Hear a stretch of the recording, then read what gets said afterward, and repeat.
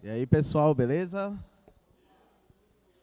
Bom, meu nome é Felipe Ojeda, eu sou advogado. Eu trabalho aí com o pessoal do Bitcoin já faz um bom tempo. Acabei conhecendo o libertarianismo também já faz um bom tempo. E vi uma... Aí, salve. Atenção. Salve, galera. Vai.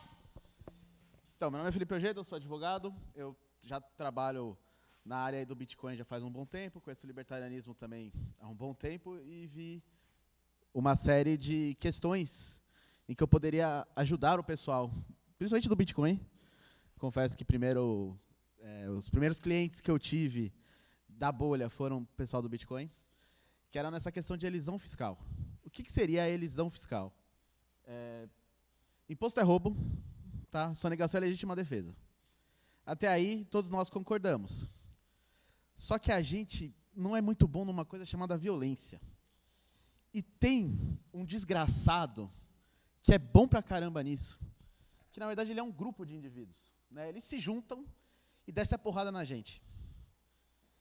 Então ele quer participar de tudo que a gente faz. Ele quer estar em todas as nossas transações. E ele resolveu que se a gente não informar uma transação para ele, isso é um crime. É o que nós chamamos de elisão fiscal. A gente defende, a gente concorda, mas a gente pode ir para a cadeia por isso. Então, nem sempre é uma boa ideia você assumir o risco de ir para a cadeia e deixar de ver o seu filho crescer, de acompanhar a educação dele. Eu acho que, às vezes, vale a pena pagar uma DARF ali, mesmo com muito coração partido, para poder, ver seu filho crescer e, sei lá, pro próximo mês eu dou um jeito de não pagar essa porra. Esse jeito é elisão fiscal. Tá? Então, nós temos contadores, advogados, tributaristas, especialistas em desenhar esse tipo de solução. Ah, não tem uma solução pronta para todo mundo. Não tem uma solução pronta para todo mundo. Não é uma receita de bolo que a Ana Maria Braga vai ensinar em 5 minutos. E você vai bater lá o ovo, a farinha e vai entender. Tem algumas questões que dá para todo mundo fazer. Então, ao mesmo tempo que não é uma solução pronta para todo mundo, tem coisas que você pode fazer hoje que já vai diminuir a chance do Estado te acusar de sonegação. Então, às vezes, é inteligente você já começar com isso. Pode dar uma avançada, por favor? Aqui, a diferença entre elisão fiscal e evasão fiscal é justamente isso que eu disse. Evasão fiscal é sonegação. Né? Sonegação para o Estado é crime. Então, quando você sonega, você assume um risco de ser preso e tudo mais. A elisão fiscal não. A elisão fiscal é, você interpretou tão bem a lei que você conseguiu achar uma brecha ali. E sempre terão brechas. Tá? O Estado é formado por políticos, indivíduos, que são aqueles caras sacana que eu falei no começo, que se juntam para bater na gente. E esses caras, eles precisam ter saídas para eles mesmos conseguirem mover o seu patrimônio de um país para o outro, sonegar, literalmente. Só que eles têm que ter uma saída legal. É o que nós chamamos de elisão fiscal. Então, nada mais é do que interpretar brechas na lei. Pode passar. O Estado é uma quadrilha.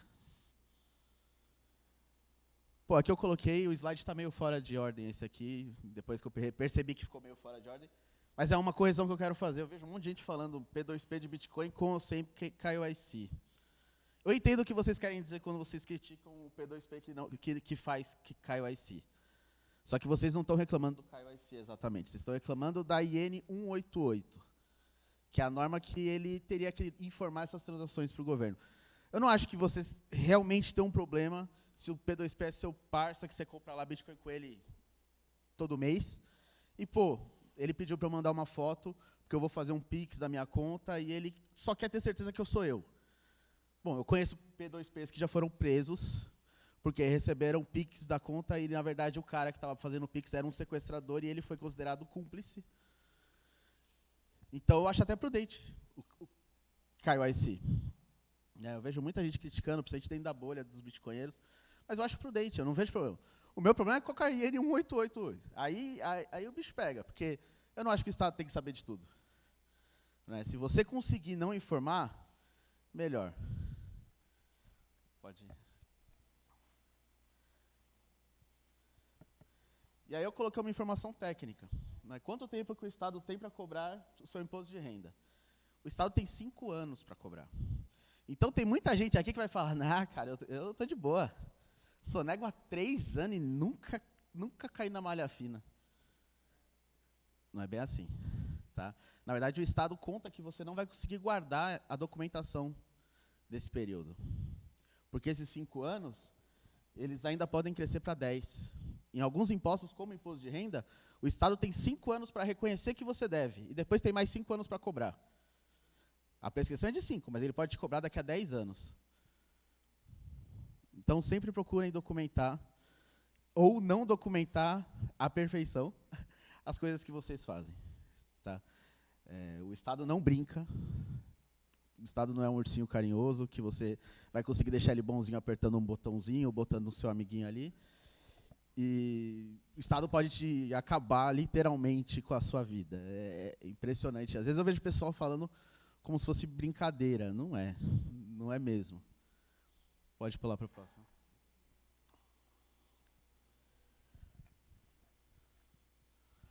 Então, eu coloquei algumas soluções práticas. Pode até deixar esse rolar para o próximo. Eu elenquei algumas soluções que eu acho que assim podem ajudar a todos. Coisas que todo mundo já pode ir atrás e ver. Tem a ver com as palestras que nós tivemos, com a do FOER, com a palestra que nós tivemos com o Francisco mais cedo, que é a escolha de uma jurisdição favorável. Cara, eu não sei o que a gente está fazendo no Brasil ainda, sinceramente, eu acho que a gente é meio maluco. Você pega, por exemplo, a legislação paraguaia hoje, ela é muito superior à brasileira em todos os sentidos, se você quer proteger a sua propriedade privada. Se você quer ter Bitcoin, se você quer empreender. Então, primeira dica que eu dou, pô, você, sei lá, tem um monte de programador aí que recebe em dólar. Não fica vacilando, arruma uma nacionalidade paraguaia. Você não precisa nem morar lá o tempo todo. É só 6 meses da sua vida que você não tem que estar dentro do Brasil. Você pode nem ficar lá. Mas é bem melhor você ser um paraguaio no Brasil do que você ser um brasileiro no Brasil. Né? A chance de você ser preso sendo um brasileiro no Brasil é enorme. E no Paraguai é maravilhoso, você não tem, o imposto é 0 para rendas internacionais. Então, se você é programador e recebe em dólar, você paga 0 de imposto e o Estado não vai te cobrar. Isso é muito legal. Né? O imposto lá é 10% para rendas nacionais. Então, pô, vendi meu carro lá pro cara. Se você for declarar essa venda, se for bancarizado, você vai pagar 10% de imposto. Mas é uma solução que eu acho interessante, que eu vejo poucas pessoas falarem, porque quem fala de jurisdição estrangeira, offshore, geralmente está falando de Ilhas Caimã. Está falando de uma coisa que, para a gente, classe média baixa, é impossível. Pô, eu não tenho 150 mil reais para abrir uma offshore nas Ilhas Caimã, eu não tenho 100 mil dólares por ano para abrir uma offshore no Kuwait. Mas, pô, no Paraguai, com 15 mil reais, 20 mil reais, você abre uma offshore, pega a cidadania em 1 mês, pega o seu direito à arma em menos de 1 mês, o seu direito a CNH, lá, o direito de dirigir em menos de 1 mês, e você pode até dirigir aqui no Brasil, isso que é o curioso, né? Eles descomplicam uma situação que a gente tem aí. Pode passar para o próximo. E aí eu elenquei alguns casos que eu me deparei durante a minha vida que, pô, eu refleti bastante que vai ter que pagar um pouco de imposto para fazer essa conversão de forma que o Estado saiba que você tem. Tá? Pode passar.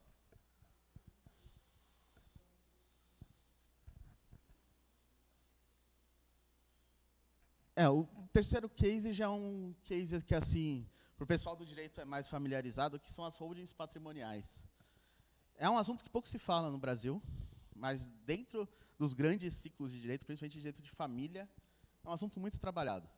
Porque você faz um planejamento sucessório e evita que o pai que tem 20 apartamentos, quando ele morra, os filhos tenham que vender 2 para pagar o inventário, para pagar imposto em cima disso.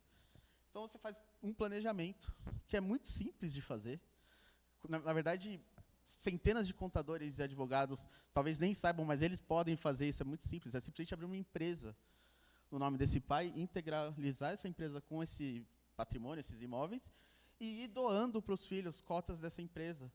Então, você faz o planejamento de quanto de imposto você quer pagar esse ano. Ao invés de pagar tudo de uma vez, quando você morrer, pegar seus filhos de surpresa, tá, 15 mil por ano eu acho justo. 15 mil por ano e você está transferindo patrimônio já para os seus filhos. É algo que pouco se fala e é algo que ainda tem outras situações. Então, por exemplo, esse pai tem uma empresa. Essa empresa levou um processo trabalhista e a empresa era uma empresa inteligente, não tinha nenhum dinheiro na conta. O juiz bloqueou a conta da empresa, bloqueou a conta do pai e não achou nada. Vai atrás dos imóveis que tiverem no nome do pai. Se ele tiver imóveis no nome dele, esse pode ser penhorado pela justiça trabalhista. A holding, inclusive, essa foi a primeira função que se utilizou para a holding, blindagem patrimonial. Então, eu tenho uma empresa que tem um alto risco, tem uma indústria que tem uma rotatividade enorme, tem muito processo trabalhista, a hora que 500 quiserem me processar, eu não vou ter como pagar tudo isso, então eu já vou blindando meu patrimônio de forma que eles não atinjam, e com isso você consegue fazer o planejamento sucessório. Que é, bom, já que esse patrimônio está blindado, eu vou transferindo ele para os meus filhos, para os meus herdeiros, ou da forma que eu quiser, para quem eu quiser, sem o Estado participar da decisão, que é o mais importante. E aqui tem um macete, porque quando você morre e a sua propriedade é transferida por inventário, o preço do imóvel é o preço do valor venal. Quem diz valor venal? O Estado. Desculpa. Quem diz o valor venal do seu imóvel? O Estado. Então, se o Estado quiser inflacionar o preço dos imóveis, em 6 meses ele pode aumentar o preço do seu imóvel em 40% e aumentar o imposto que você vai pagar lá. Aqui não. Aqui você integralizou o capital social quando você quis e você declarou o preço desse imóvel. É claro que você não vai declarar 10 mil reais no imóvel que custa meio milhão. Né? Isso, o Estado vai ver essa transação. Mas você pode colocar 300 mil, 400 mil no imóvel que vale meio milhão, que o Estado não vai poder contestar e tem jurisprudência. Inclusive no STJ e no STF, a respeito dessa questão das holdings, da integralização patrimonial. Então, é uma dica que o pessoal tem que se atentar, que você faz o planejamento, você escolhe quanto você vai pagar de imposto, que é o arrego, tem hora que não tem jeito, e você consegue pagar menos imposto, que eu acho que é o ideal é 0, mas às vezes a gente tem que aceitar pagar um pouco para não ser preso. Né? Pode ir para o próximo.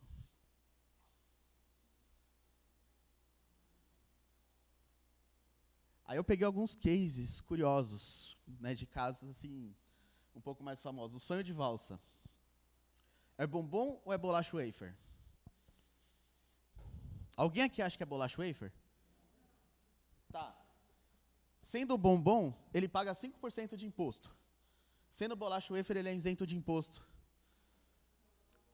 É melhor ser bolacha wafer. Aí eles mudaram a embalagem, tanto que não é mais aquela zabinha retorcida aqui, virou esse pacote, e virou um item de padaria, né, a descrição do bem é esse, item de padaria, e virou uma bolacha wafer para não pagar imposto. Brilhante, foi um advogado, um contador genial que trouxe essa solução. Pode ir para a próxima.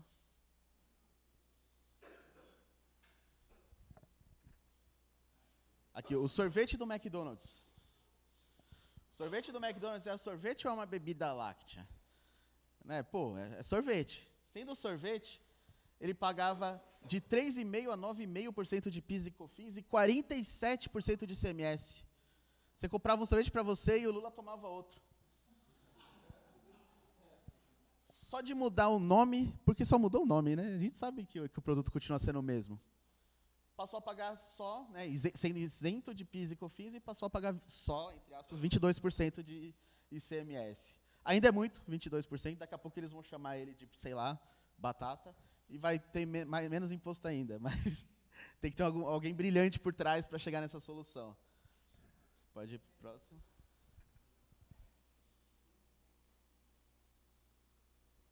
E eu juntei alguns cases para não ficar uma apresentação muito longa, mas isso aconteceu na Alemanha.